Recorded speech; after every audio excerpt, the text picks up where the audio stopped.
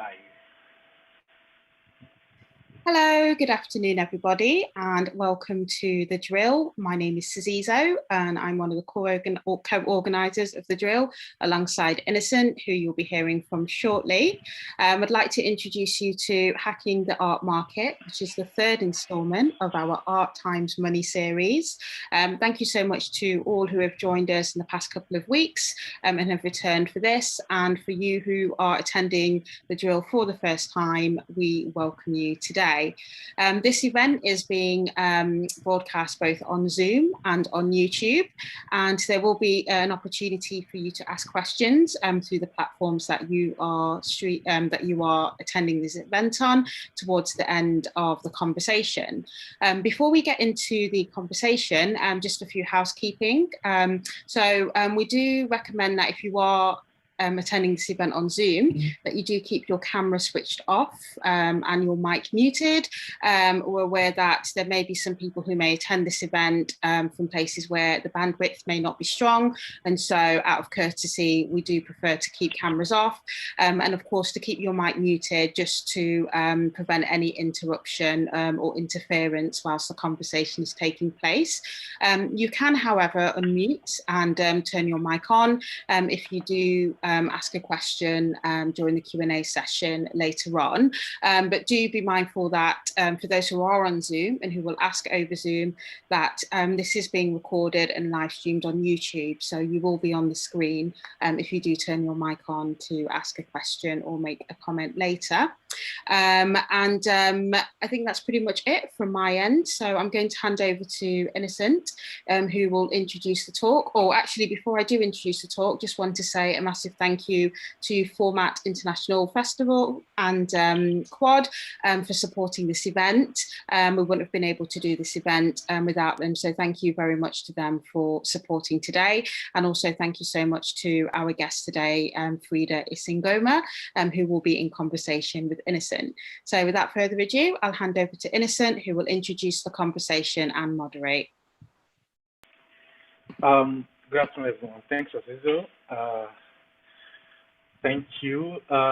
Thank you, everyone. Welcome, Freda. So today we'll be discussing hacking the art market, and we're basically going to be looking into the structure of the art market and how we can all, fully understand and participate in it. Our facilitator today is Freda Isingoma. Freda is an entrepreneur and ex-investment banking professional who has worked in multinational and leading investment institutions in the UK, US, and South Africa. She has 20 years experience in establishing successful business initiatives and managing investment funds. This includes her role as a venture capitalist for an award-winning team at Close Brothers Group in the UK and Investec Asset Management in Cape Town. She holds both a bachelor and a master's degree in economics. Freda is passionate about art and has been collecting contemporary African and diasporan art for 20 years. In 2018, she founded KIISA. KIISA provides innovative investment funds and impact solutions that drive the growth, visibility, knowledge, and sustainability of contemporary African and diasporan art markets. Furthermore, KIISA provides strategic advice, research, and due diligence on art patronage, investment, and market position for businesses within the art ecosystem. She speaks at international platforms discussing art as an alternative asset, collecting and the impact of art investment in the global arts world. Freda is also a member of the Zimbabwean Pavilion Advisory Committee for the upcoming Venice Biennale in 2022. So from the bio, you could tell that this is going to be pretty much like a continuation of the conversation we had last week. So thank you, Freda, for joining us today. And would you like to say something? Yeah, no, thank you, Innocent. There's not much I can add to what you've already said in terms of the bio. My name is Freda Isingoma. I just want to start by saying I absolutely love art. I've been hugely passionate about African and diaspora art for as long as I can remember, which led me to collecting about 20 years ago I still collect today. I decided to turn that passion actually into a business because I realized that there's so many opportunities. The African and diaspora art market is so ripe for opportunities. So I decided to lend my voice, particularly the investment voice, to the conversation about really building a sustainable and profitable art ecosystem on the continent and in the diaspora. Yeah, thank you. I mean, let's just start from where you left off, right? So it's building the African art ecosystem. What are the components of this art? Like, what are the components of an art ecosystem generally? Like, what exactly is the art ecosystem? Yeah, you know, the art ecosystem is a very interesting thing because I think there's so many definitions out there of what it actually is. A lot of people look at sort of simple definition and look at basically artists that supply the art, and then they look at the demand channels and distribution channels, which would be galleries, museums, auction houses, and then of course the collectors that buy the art on the other end. But actually, an ecosystem in itself, in its purest form, should function like an economy. And when you look at that, you actually see how big the art ecosystem is.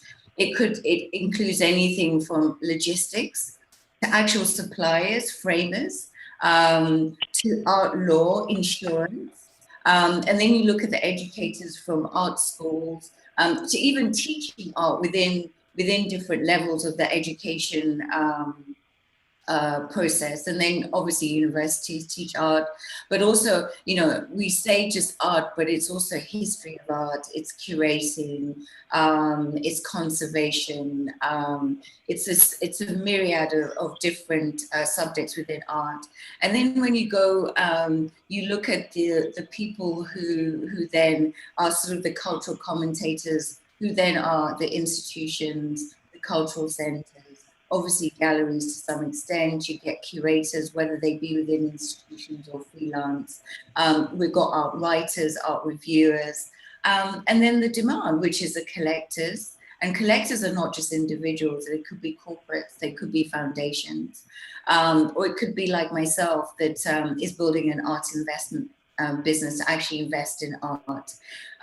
So the art ecosystem is huge. And now what's exciting is that it's getting even bigger because we've seen art tech, you know, as a subsector of the ecosystem really come up. I mean, more recently, there's all this, you know, everyone's talking about NFTs, but there are other types of art tech that have been there, even using blockchain, could be art collection management systems, and all sorts of other operation systems that could be in logistics, etc., that are now coming out within the art ecosystem. The art ecosystem is very, very wide. Yeah. So beyond just the art ecosystem globally and generally, what's the state? What's the current state of the African art ecosystem?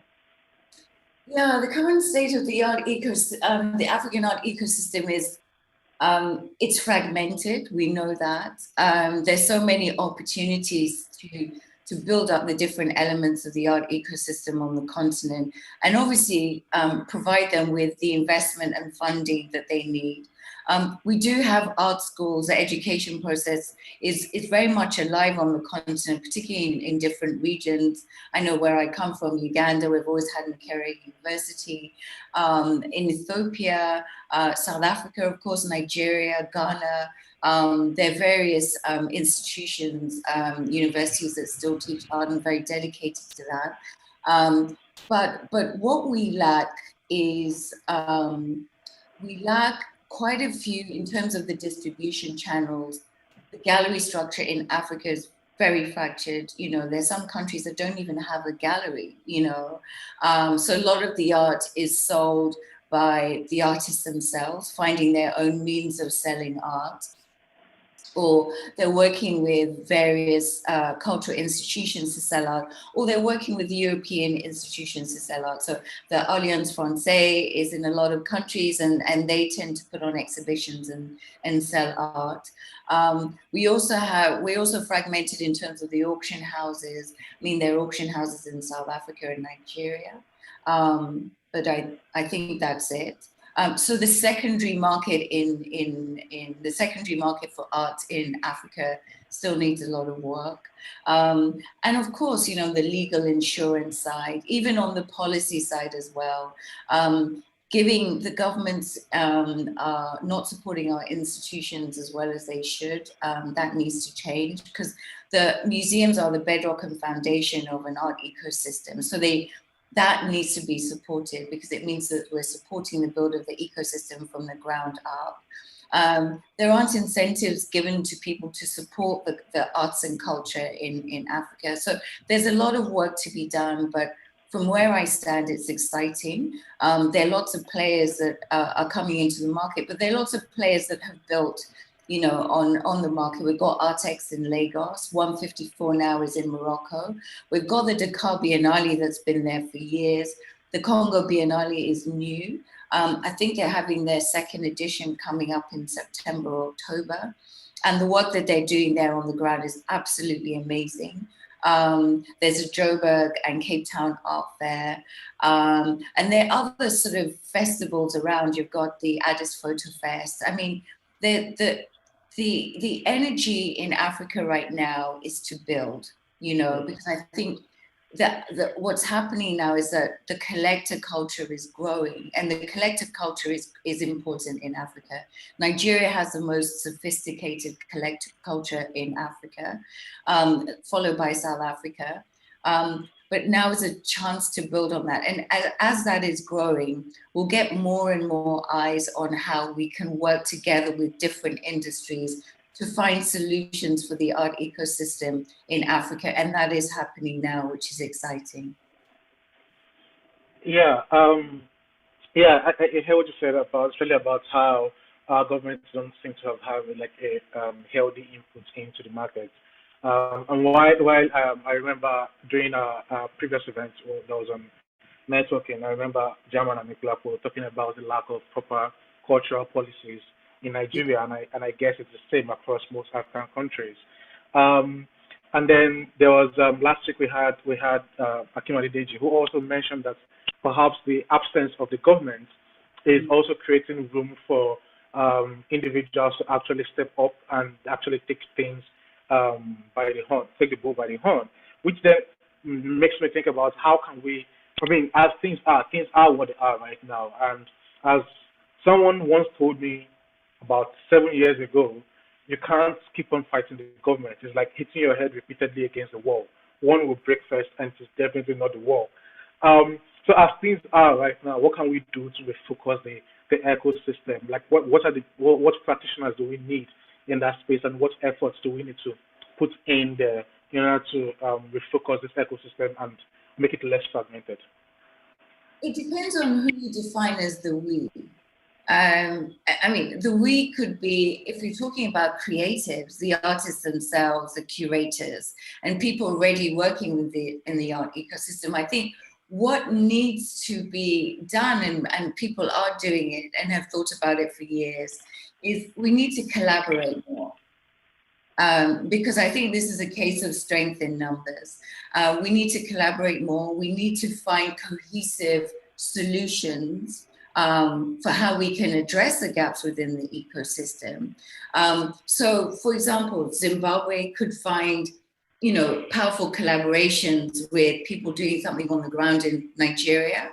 To support them, you know, there has to be this mutual support. South Africa could find mutual ground with somebody doing something in Kenya, for example. There needs to be more of that. There's not enough of that. And I think we should look to our governments for support, because if you look at education is government supported, you know. National museums should be government supported. The Zimbabwean government does that very well. It supports the museum on the ground, the National Gallery of Zimbabwe.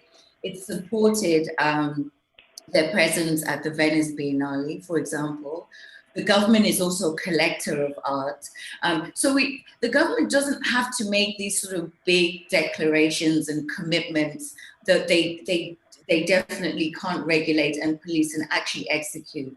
But there must be some support from the government to make this happen. And I think if we start collaborating as ourselves, as people within the creative economy, and actually identify what needs to be built and supported. As I mentioned, you know, Dakar Biennale is there, and all sorts of other there's Bamako, there's all sorts of other biennales and festivals and institutions on the ground. We need to start by supporting those first, right? And putting our energy and our minds towards how we can build that together. And then it's easier then to go to our governments and say, listen, this is what we do, and this is what we have achieved, and this is our vision of what we want to achieve. How can you help us get to that goal? And I think we can then have a more powerful conversation with governments. But also, I don't leave out private corporations, because I think what's happened with art, and it's not just on the continent, it's not just a continent issue, it's also within other countries and other continents, is that what's happened is we've created this language of, you know, the starving artist, you know, this sort of a begging bowl when it comes to arts and culture. Whereas the truth is, arts and culture should be treasured as an integral part of society. The contribution that arts and culture bring to society is huge. It's not just about pretty pictures or making people feel better.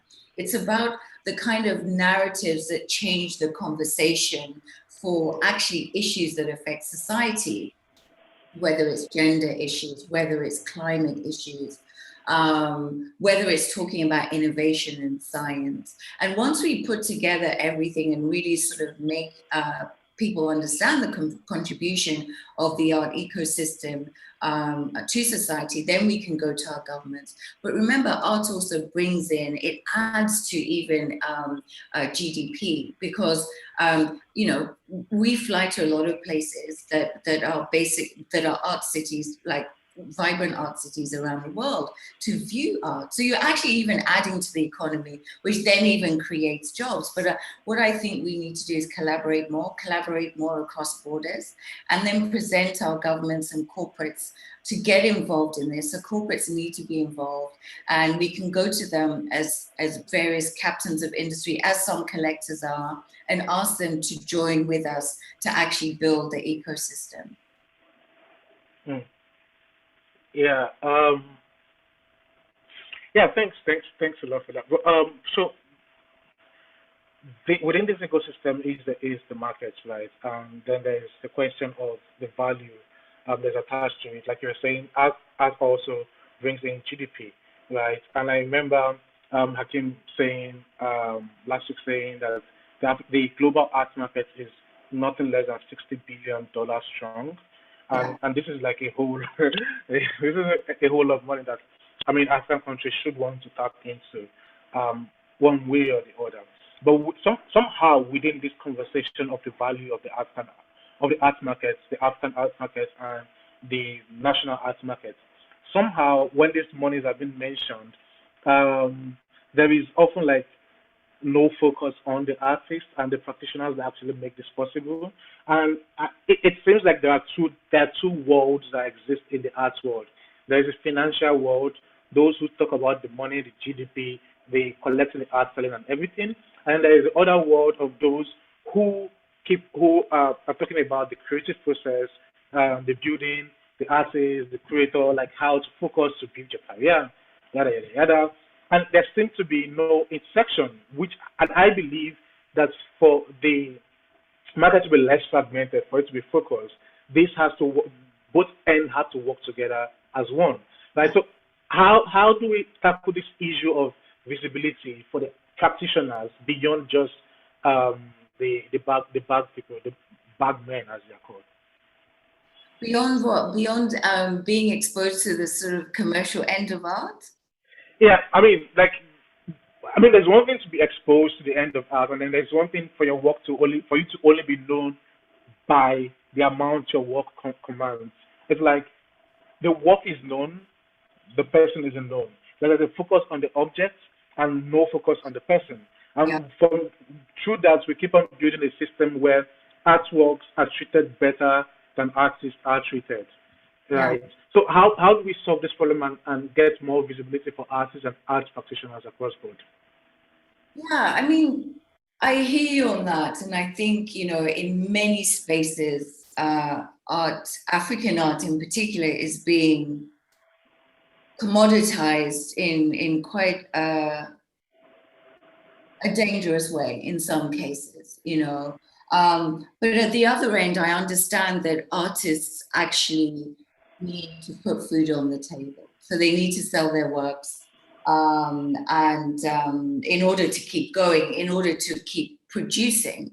I mean, for me, with artists, because I've been mentoring artists for a few years now, and I think, artists have been horrifically disempowered. I see that all the time. And within the art ecosystem itself, if you drew it as a pyramid, you'd probably find artists at the bottom of it, and wealthy collectors at the top of it. And I think that needs to change. That conversation needs to change. I think what's exciting about the African art market and where we're building it from, we have a chance to change that dynamic. I think it's really about, beyond that, I think it's really about artists understanding actually how important they are to the whole, because without artists, we wouldn't be able to do what we're doing. That's the absolute truth. And it's important for artists to understand how important they are and really getting their narratives out there, because what we're seeing now is that some galleries that are picking them up, they're selling the works without explaining actually what the works are, and what they mean, the symbolism within the works, the story within the works, the cultural symbols also within the works as well. So what an artist sitting in Kampala is producing, thinking, wow, this talks about the issues within my tribe, or the importance of these cultural stories within my tribe over hundreds of years, and they put those within the works, and they're selling in a European gallery, for example. The European gallery is not understanding the symbolism, and those stories are not getting told that the artist actually wanted to be told. That is sad, but I think what we need to do now is I always tell the artists, just be a bit more in control of where your works are being sold and how your works are being narrated. Try and be on as many platforms as possible that talk about your work, write about your work as well, so that your story and you are never left behind. So I think it's unfortunately the burden is on the artists, because I don't think that the system is bothered enough to actually change that anytime soon. It's actually up to the artist to say, this is how I want my works to be seen. This is where I want my works to be seen. And this is the story behind my art.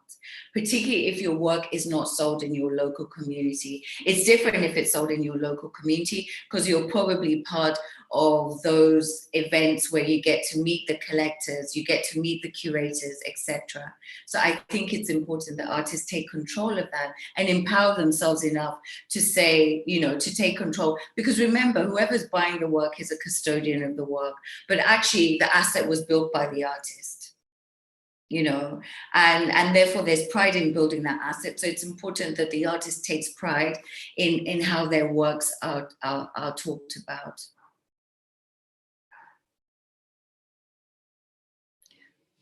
I can't hear you. Yeah, yes, I committed the great Zoom blunder of speaking while muted. Um, so who particularly controls this market? Like, who does the market favor in the current structure that it's in?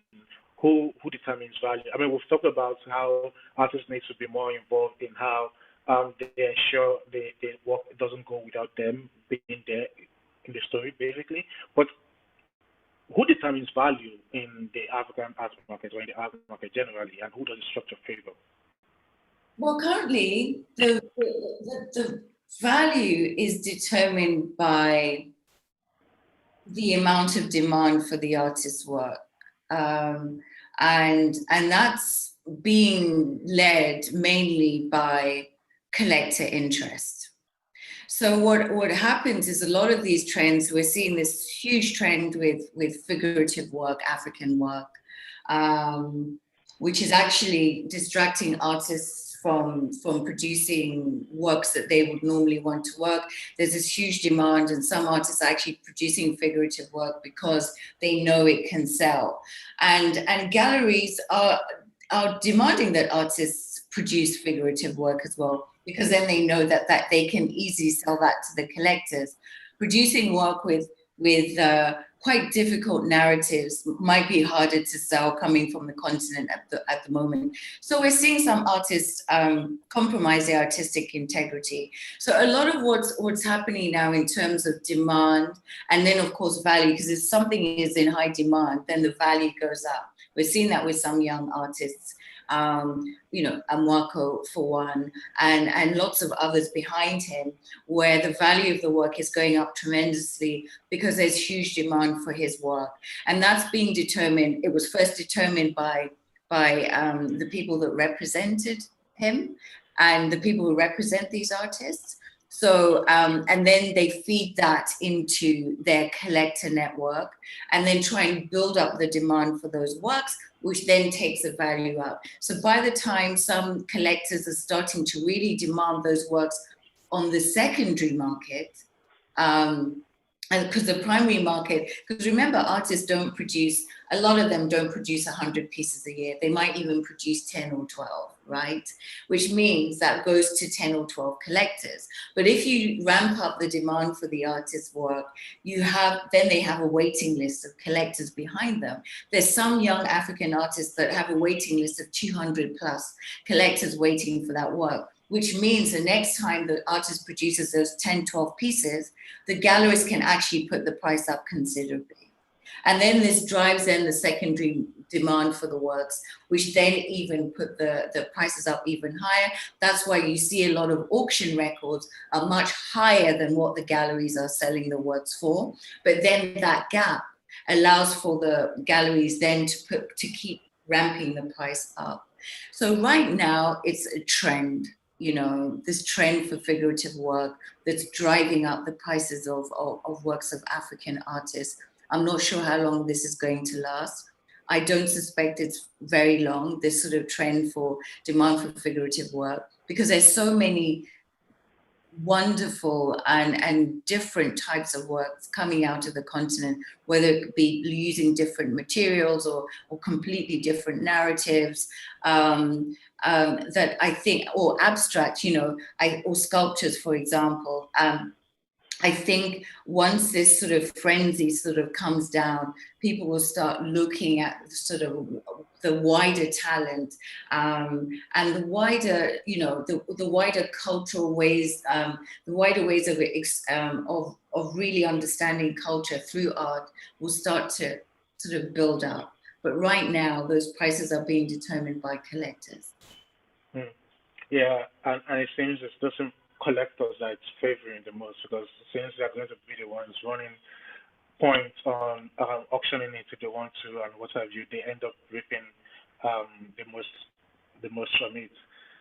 Anyway, before I go off on a tangent, so how just to continue on that tangent you were on, how can we, maybe not we, but how can art practitioners, and I say art practitioners, not just the artists, because there are other practices involved in this whole system.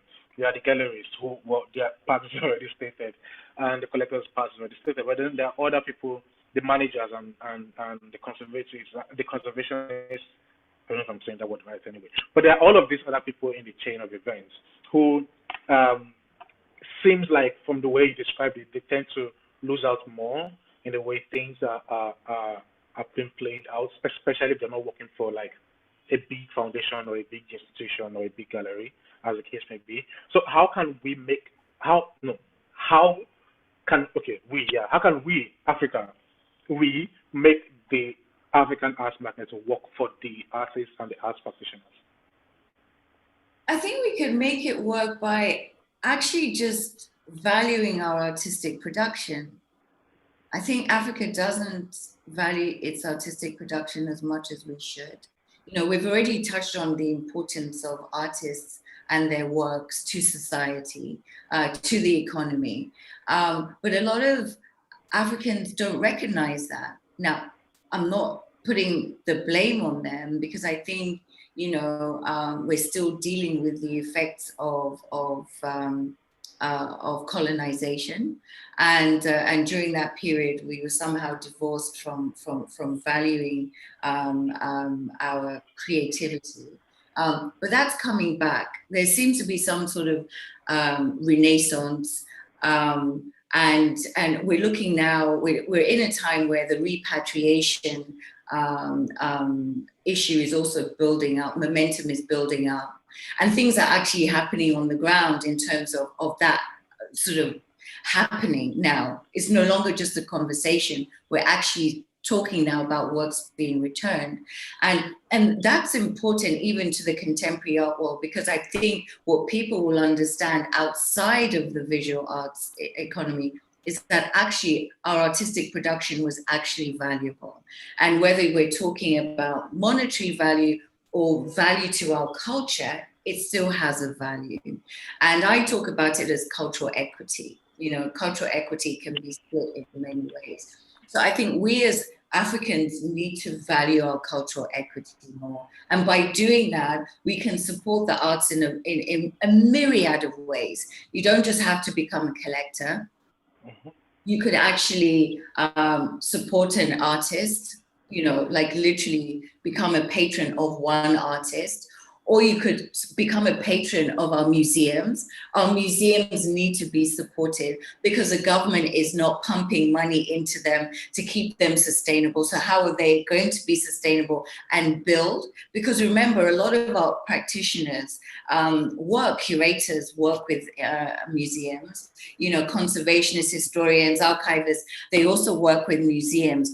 Because really, when we're looking at the art canon itself, and by art canon, I mean what's recorded in art history, a lot of that, most of it comes from museums.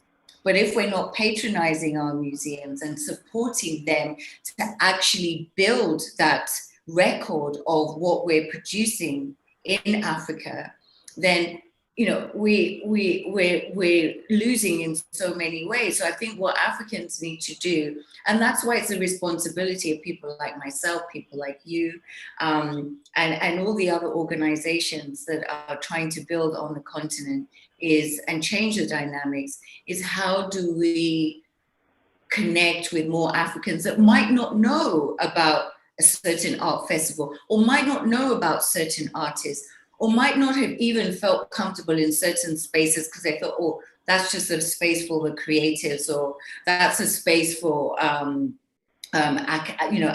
academics. How do we draw them in and say, listen, this is about all of us. This is about our culture and our heritage. Why don't you come and see and understand actually what's going on within the artistic communities on the ground? So it's our responsibility to build that up, and then more of our practitioners and more of our artists automatically then get supported. Talking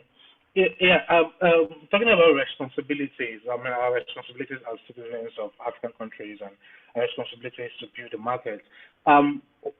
What exactly is the responsibility of the artists and other art practitioners who are in this space beyond just being the victims of this market? I mean, what responsibilities do we need to take up in order to avoid continuous victimhood in the African art market?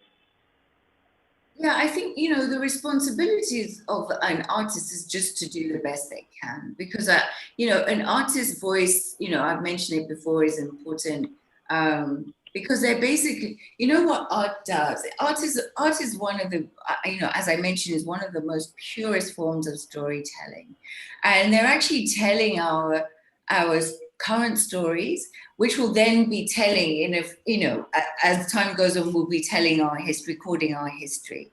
And if you look at this, the classic African art sitting in the British Museum and other institutions in the West, we now understand that they actually tell the story of our kingdoms. They tell the story of our practices, our beliefs, 100, 200, 300, 4 years ago.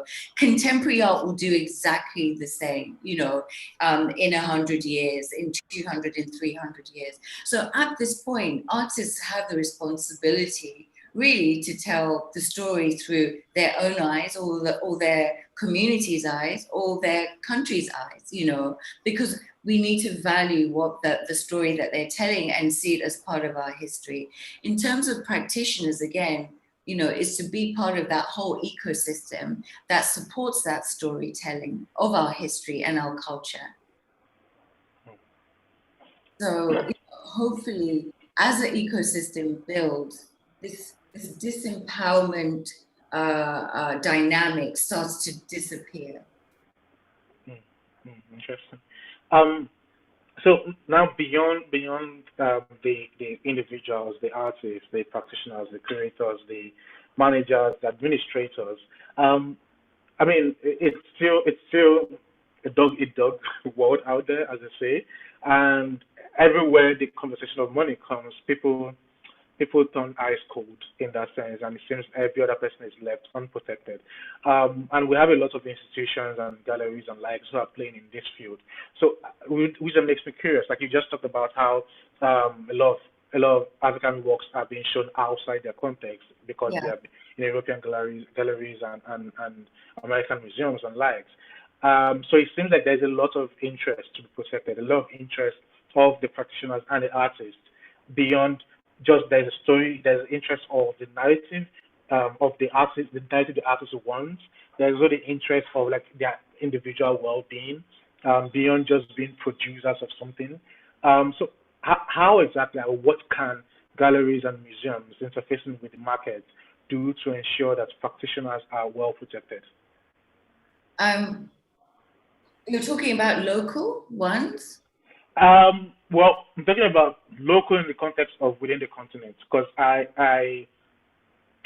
really pretty much talking about within the continent, and also maybe we could also look at because I'm hoping a number of people who work outside the continent can also learn how to interface with the artwork from the continent and artists and practitioners from the continent. So how can we ensure that the practitioners are protected in that sense? Like, how can the institutions, the galleries and the museums, I'm not talking about we as an individuals now, I'm talking about the galleries, the museums, those who have structure, in quotes. Yeah. I mean, institutions are important. Museums are important to the art ecosystem. And as I mentioned before, they really are the foundation of the art ecosystem. And a lot of museums on the continent definitely support the practitioners. I mean, I've seen it. I could mention a few. You look at the Nombuke Foundation in Ghana, absolutely supports practitioners on the ground, whether they be administrators, whether they be curators, and others involved in the art market. They actually also run programs basically adding doing professional development in terms of skills, added skills that practitioners could have. We see that with the National Gallery of Zimbabwe, and there are lots of other institutions in South Africa that do that too. So the support is actually there, and the support is there even without having large amounts of government or private individual money that supports that, because they're very much focused on building actually on the ground in terms of nurturing the next generation of artists, but nurturing the next generation of practitioners to support the artists. So with galleries, I mean, galleries on the ground, what's getting confused, I see over the years, but it's not just happening on the continent, is the confusion as to what a curator is. So some galleries are calling themselves curators, as we discussed. But actually, there are people that studied curating, people very passionate about curating. And actually, gallerists can work with curators to build up a curator's portfolio. In the same way, institutions, when they put on shows, they work with external freelance curators to actually build their portfolio and experience on the ground, actually exhibiting works, because that's important in order for their career. But galleries can also do that. So there's a responsibility definitely there that needs to be nurtured more. Yeah. Yeah. So, I mean, like, I'm probably just have like two more questions. What do you think? Like, taking back to a bit to what was the conversation around the ecosystem, and it needs to refocus the ecosystem, and the fact that a number of institutions, a number of foundations, and a number of people are individually doing some things across board. And I also agree with you. Collaboration is the way to go. We are not competing against each other. We're rather working. We should work in tandem, hand in hand, because that's the only way forward. Um, but with all of this being considered, with what we are doing, what has happened to us, and what seems to be coming up shortly, what's the future of the African market? What do you think is the future in the immediate future? Because of course, long term, anything is still possible. But what should we be looking forward to in the next 5 years or so? Do we have to wait longer before we see the light at the end of the tunnel? That's if the power company hasn't caught it. Yeah, no, it's already happening. The change is already happening. The dynamics, the fact that we're sitting here talking about it means things are changing, and things are changing considerably. There have been people on the continent, in the diaspora, that have worked tirelessly to build to where we are today, where we can have further conversations about how we can further support the African art ecosystem. And those people need to be supported. But the truth is, things are changing. I personally have had conversations with various practitioners and institutions on the ground that are looking at new ways of being sustainable, new ways of building a bigger patronage base from the local community, new ways of even reaching out in the community with younger people, with the youth, and saying, how do we teach them more about the value and importance of art within our society? So those conversations are changing, and they're doing this all without huge government support. They're doing it themselves. We've seen the repatriation debate pick up. It's going beyond a debate and a conversation to actually works being returned. And by that happening, automatically wider conversations are happening on the ground as to how we build more museums and support the ones we have. And we need funding to do that. That is happening. We're seeing museums come up in Nigeria, Kenya, and other places around the continent, because we've realized that our cultural heritage and equity is important, and so this is spreading, this energy, this dynamic is spreading, and more people that weren't involved or understood the arts are suddenly wanting to understand better and get involved.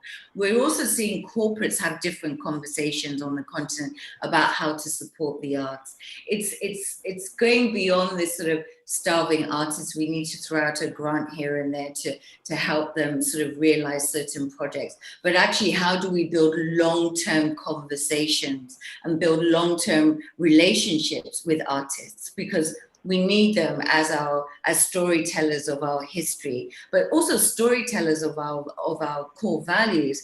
Because as the continent has more conversations about climate change, about more open conversations about climate change, gender issues, about identity in itself, etc. There's so many other, about innovation, technology. What's happening is artists themselves, if artists on the continent really want to sort of build out their, because if they look at galleries as the only channel to sell their work, then it's just a narrow focus. There are other ways they could build relationships with corporates, because it could be a very symbiotic relationship, because corporates are storytelling through visual arts. And by building the relationship with artists that hold similar values, actually a corporate could use an artist, and the artist could produce works that tell that story, tell that core value. And we're seeing that happening now in more and more spaces on the continent. But this is also another way that artists can actually empower themselves. But that's changing. Those things are coming through right now. So we're not having to wait, you know. I think within the next 2-3 years, we're definitely going to see the actual infrastructure itself change. In 10 years, obviously, it will be a different story, but I think it's honestly changing already. Wow. Yeah, so just to quickly make it back to also the talk on value. So more often than not, we talk about how it seems like people are undervaluing themselves, undervaluing their inputs into the industry, undervalue what they actually do and who they actually are, and it's always a thing of concern. But also on the flip side, there's also the conversation of overvaluing, like valuing yourself out of a job, valuing yourself out of position. In fact, I've had multiple conversations recently. There was a I don't know if you call him a collector. He's just about to get back into collecting. According to him, he used to collect back in the 70s, 80s, but he got like a lot. And he recently asked me to help him put together a list of young Nigerian artists. But he made a peculiar request, and he was like, "Please don't give me the ones that are now their eyes are too open now and would be bidding anyhow." Like it's almost as if he's preempting that a lot of these people will overcharge and they overvalue the work, and he won't be able to get as much as he wants in that sense. So I wonder, are there any tips that you could offer to avoid under or overvaluing yourself as an art practitioner or an artist? Yeah, I think, you know, we talked about how sort of values are being determined, particularly for African artists who specialize in figurative work.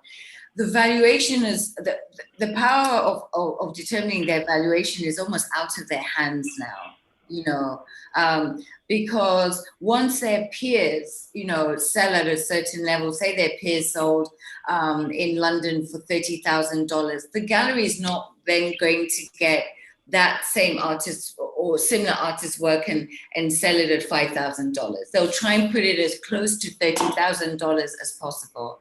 Now, what this does is that it then isolates the local market, because a lot of the local market won't be able to afford investing in emerging artists at that level, you know, or even slightly more established artists at that level.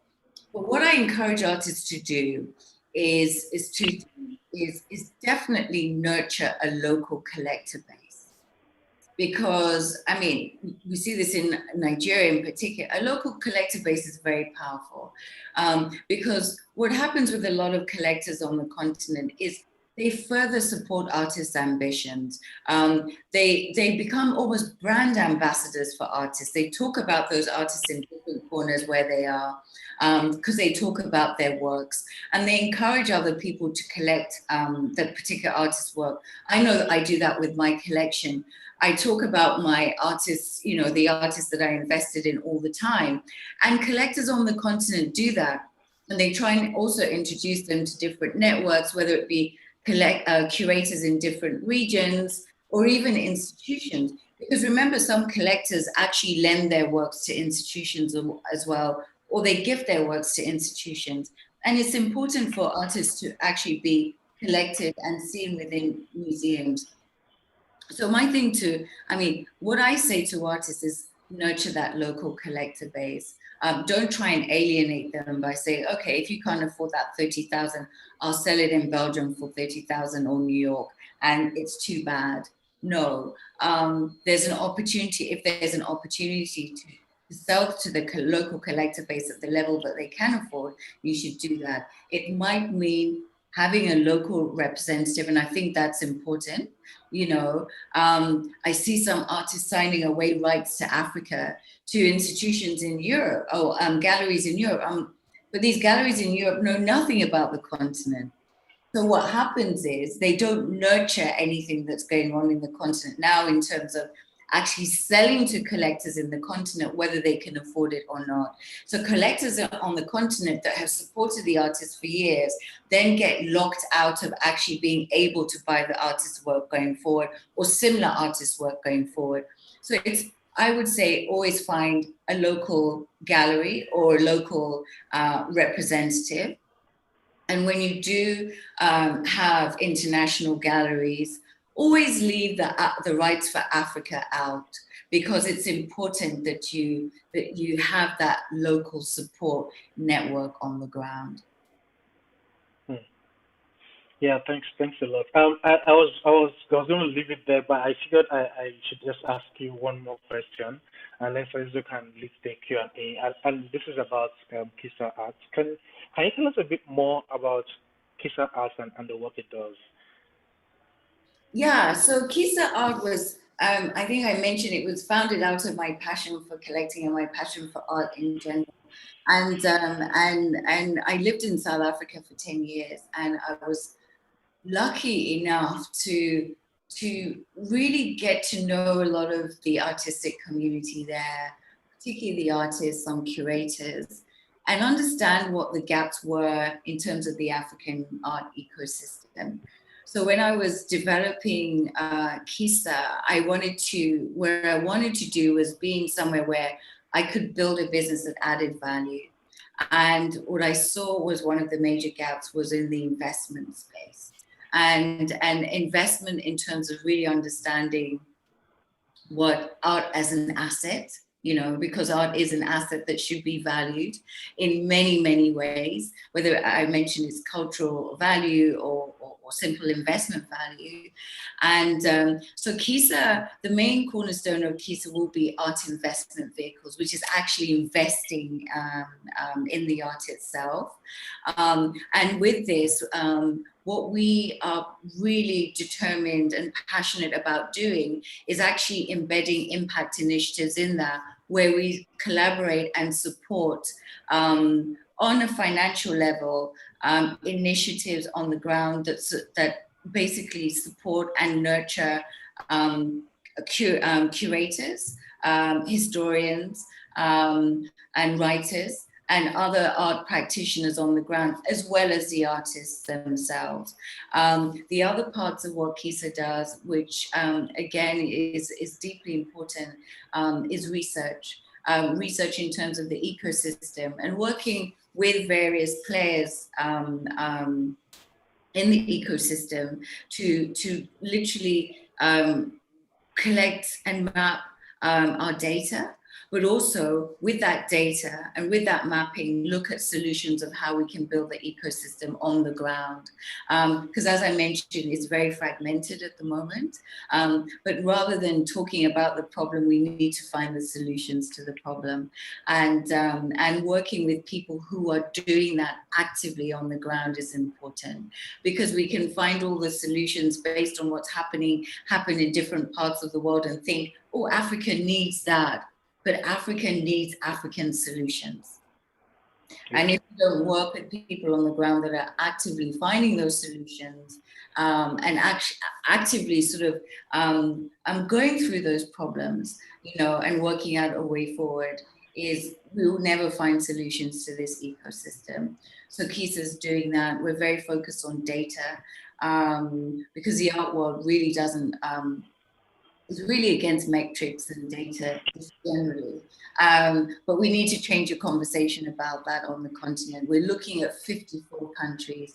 We're looking at a global diaspora that needs to work together. And as well as our narratives and our shared culture bringing us together, is actually what also will bring us together is understanding what we have and why we have it, and then building from there. Yeah. Thank you so much. This has been quite insightful. As someone once told me, and as I like to say to some people who ask me, the work is here. To be honest, the work is here in Africa. Um, so thanks for for for holding on and fighting on.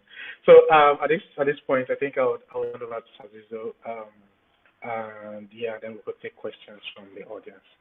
Okay. Thank you very much, Innocent. Yeah, thank you so much, Innocent. Some really good questions there. And Freda, I mean, I was just learning again, just thinking about last week's conversation with Hakeem. This was just like the perfect continuation of that conversation, answering a lot more questions that I had after last week's conversation.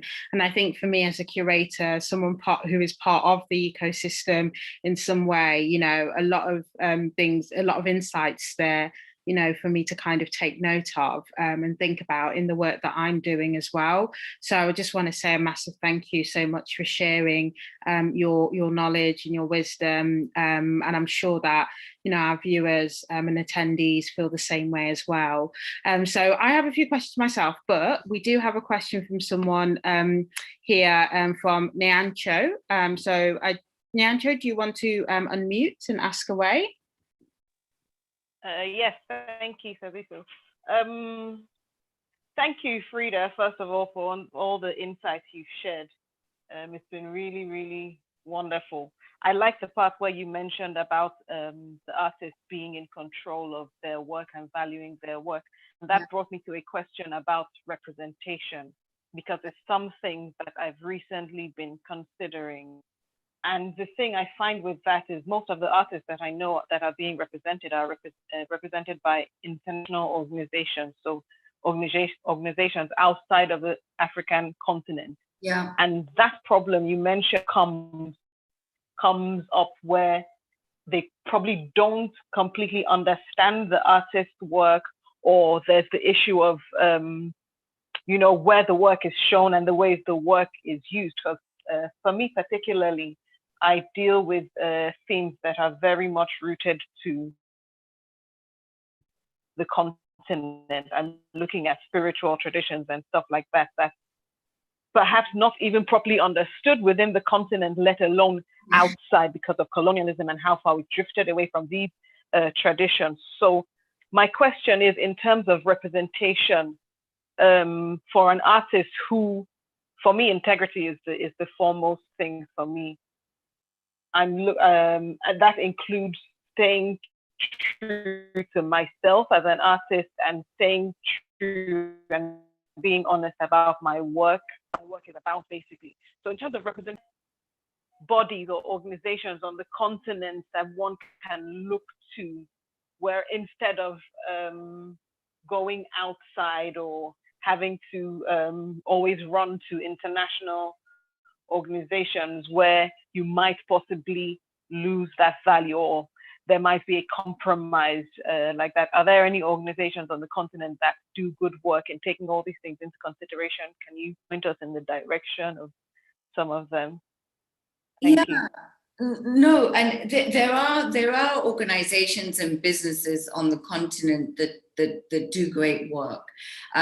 What I would advise you to do, and I think it's wonderful that you want to maintain your artistic integrity. I think it's important, and having a conversation with Innocent earlier is that if we're looking at the art canon and what's recorded and in history as telling our stories in a very powerful way, is artists need to understand the long-term vision of what because it's your career.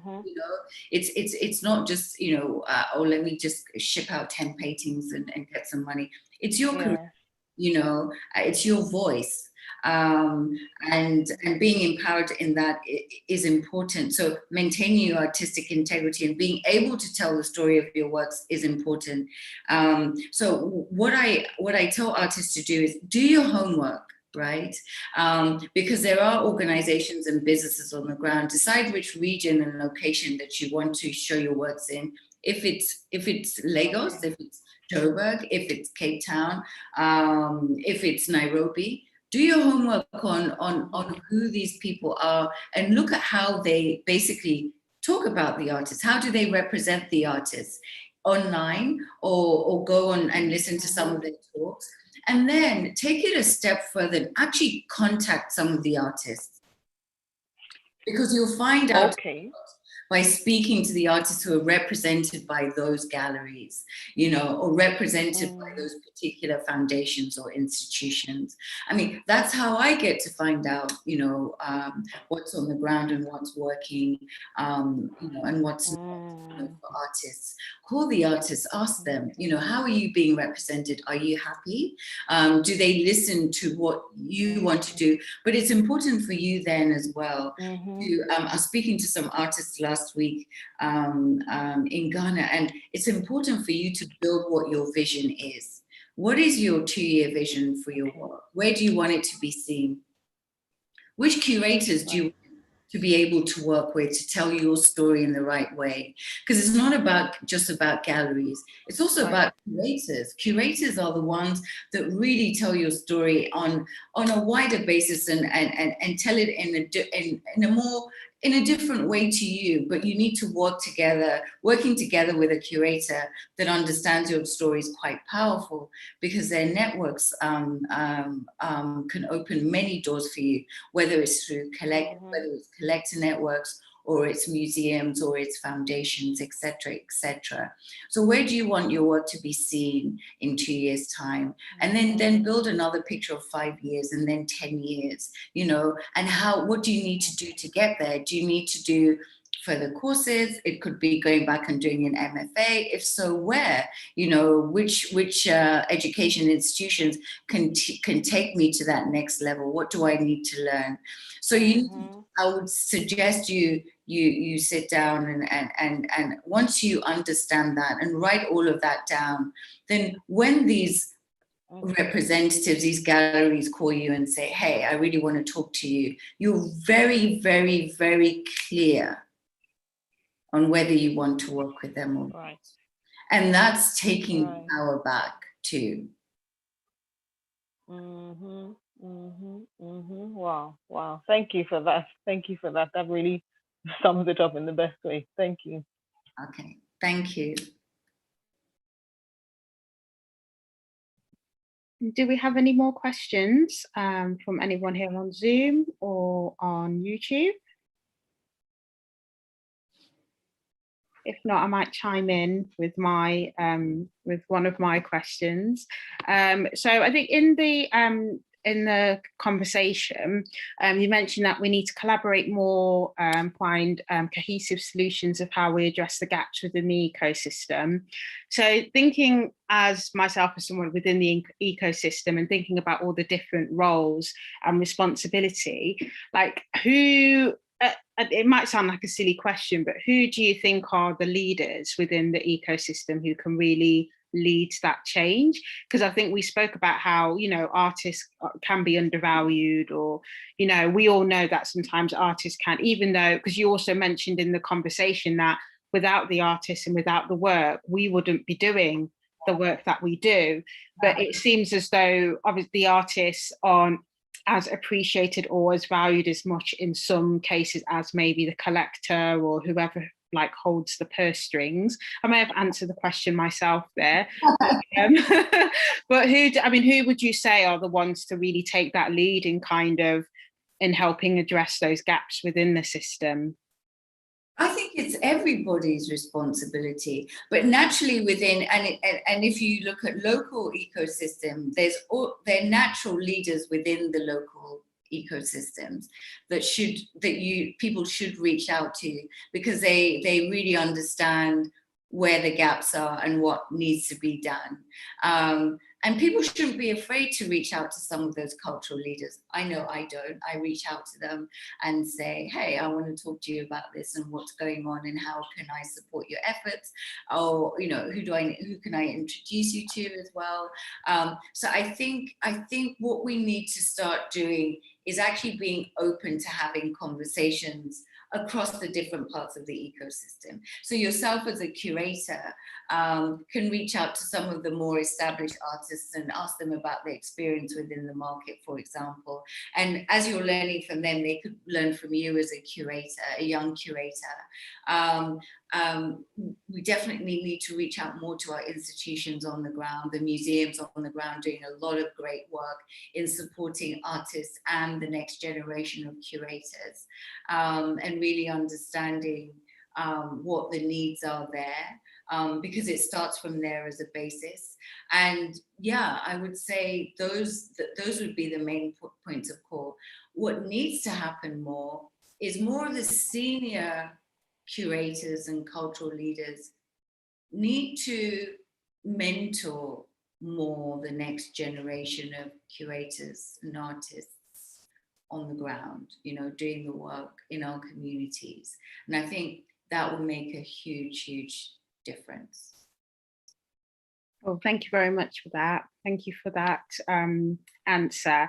And then another question that I had, because I mean, a lot of your work is kind of focused on Africa and the diaspora as well. Thinking about things on a global scale, like who do you think are doing really well in terms of supporting artists and the arts economy and the whole ecology? Like, regionally, really, is there a country or I don't know, a continent you could say that you think are doing or a really good case study for that? I think, you know, the obvious sort of one is America. They're doing a great job. There are a few institutions on the ground in America that have been supporting diaspora artists for years. Look at the Studio Museum in Harlem.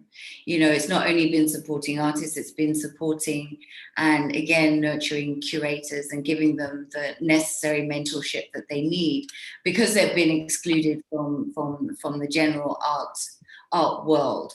There are other institutions on the ground in the States. There's MOAD in San Francisco. There's one, you know, a museum of African and diaspora art coming up in Miami.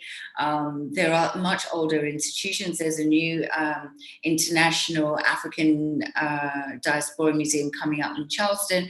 So America is sort of moving ahead with taking control of how the artists are seen, how the artists are recorded, etc. And because of that sort of effort and support, you know, Simone Yvette Lee is now going to be the first Black woman to represent the UK at the Venice Biennale next year.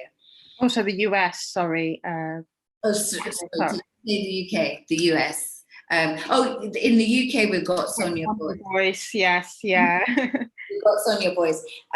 I would say, and in terms of the continent, I would say definitely South Africa. South Africa is a very strong art ecosystem.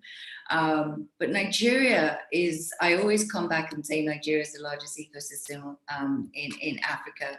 Nigeria has a very strong collector base that's growing. So there's an older generation of collectors that have been there, but you're seeing the newer generation of collectors sort of come through and being interested in more different types of art, you know, including digital art, for example. Ghana is growing. They've got the Nabuke Foundation on the ground that supports artists and curators and does incredible work there. But you know, Zimbabwe does incredible work through the National Gallery of Zimbabwe. The team there is so passionate about building the ecosystem on the ground. They do various sort of outreach sort of programs to different arts and cultural organizations on the ground as well in different parts of Zimbabwe. Very focused on growing, strong vision, as well as, you know, they are the only African country to consistently participate at the Venice Biennale. But what's interesting is they also have various conferences on the ground, including the International Conference of African Culture, which will be happening at the end of this year. And it's government supported as well. So Zimbabwe do incredible work. And Kenya is also coming up. Ethiopia is building. These are sort of like the old art regions of Africa. And then of course, Senegal. Senegal does incredible work as well, the Dakar Biennale. There's a lot of support from the government as well. So that's building. Togo recently built the first contemporary art museum, which is incredible, which also has a sculpture park. Morocco does incredible work. It's got museums, more are coming up on the ground as well. There are various regions doing incredible work. And this is why I said to Innocent, it's exciting. It's exciting what's coming up. Jamaica is building as well. Lots of art societies coming up. They're supporting artists on the ground, as well as the museum. And Brazil are supporting their Afro-Brazilian community, artistic community, through institutional support, as well as funding projects. So, I mean, yeah, it's very exciting what's happening.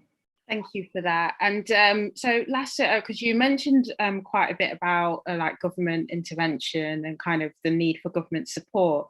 So in last week's conversation, Hakeem spoke about how he felt that he was speaking more, I suppose, about the private, like the commercial sector, is that actually without government intervention, they seem to be doing well and kind of thriving a lot better than they did, you know, when there was government intervention. So I suppose my question would be, I think in terms of how do you see that government intervention looking in terms of what's needed for to support artists and institutions?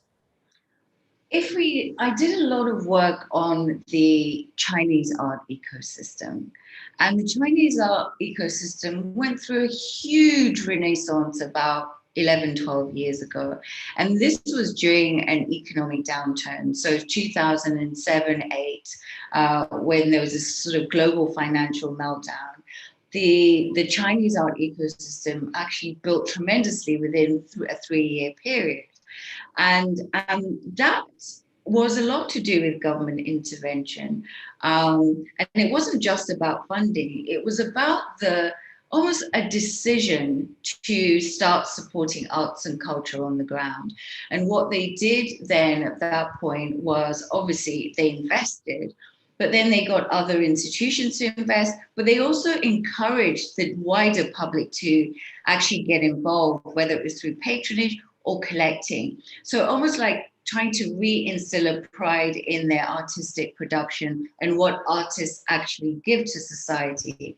And what the government did then was create this vision. They created a vision where people, almost guidelines on how to support arts and culture. And once that vision was built and it was out there, then there was this move to support arts and culture on the ground, which is why you saw the Chinese art sales as a percentage of global sales go from 9% to 33% within 3 years. You know, so they created almost a movement, and it's governments that can help us do that. I'm not saying that it's only them and we have to wait for them to do that. No, we can do it in tandem. They can do it in tandem with what we're doing. But it definitely would help to create a movement. There's also other things government can do. There's policies as well. If you look at the US and the UK and Europe, there are incentives to invest in art. You know, there are tax incentives to invest in art, which encourages investment in art and support for arts and culture, patronage, for example, gifting and donating to museums. There are tax incentives for doing so. So it encourages people to do that. We don't have that on the continent. There are no incentives that are given for people to really support arts and culture. And if we start to work together, I think if governments are involved, as I said, we don't have to use them as a crutch, but we can work in tandem with them to change that dynamic. Thank you. Thank you so much, Freda. Thanks a lot. So that's all from my questions from my side. I don't know if anyone else has any questions or comments. Just to add a bit to what Frida just said, just something I found a bit funny. I was discussing with a friend of mine once who is in tax, an auditor. She works mostly on taxation related stuff. Anyway, and I asked that I was like, you know the laws with regards to taxation. Are there any tax rebates given for anyone who gives to non-government organizations or arts or whatever? She was like, well, there are tax rebates given, but not for that. That you get tax exemption from when you donate money to the government. But if you want to be exempted from tax for some sort of tax in Nigeria, donate to any government institution, any government parastatal, and then you'll be considered. I think it's above anything else. It's hilarious that the only way to not let government take your money is by giving the money to government. Um, so yeah, I just thought I should add that. I find that interesting in a way. Well, thank you, Innocent. Thank you. And so it looks like we may not have any more questions for now, but we are coming to the end of the event, and we're on time today. So I just want to say a massive thank you to Innocent and to Freda for such an insightful conversation.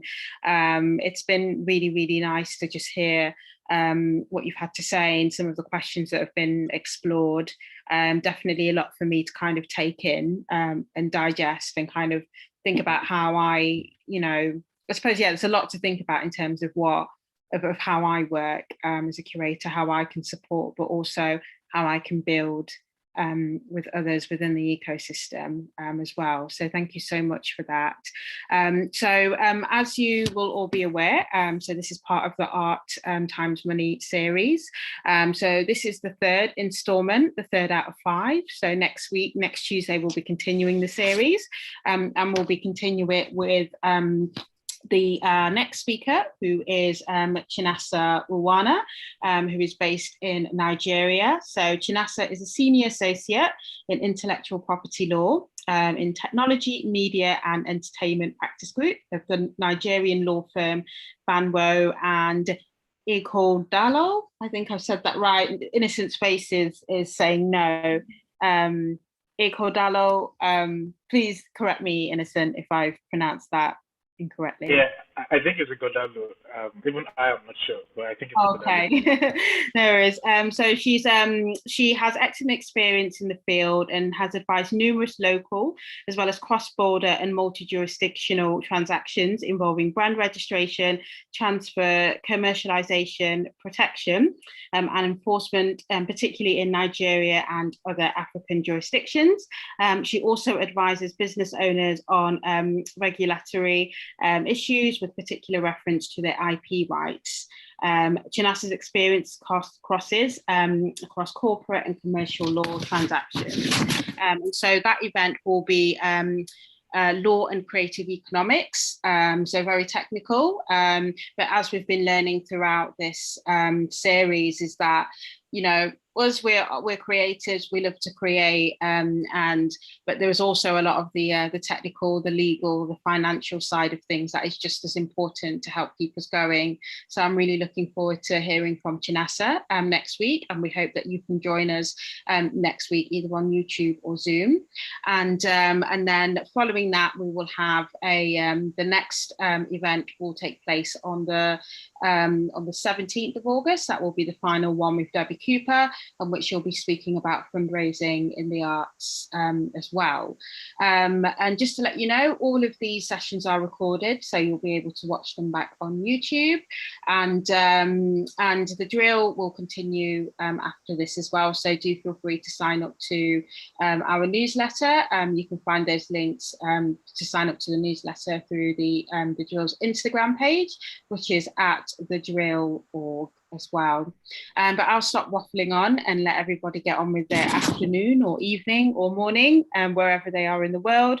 Thank you again, Innocent. Thank you so much, Freda, for taking the time to speak with us today and to share your wisdom. Thank you so much to Quad in Derby and Format International Festival for allowing us the platform to host this event as well.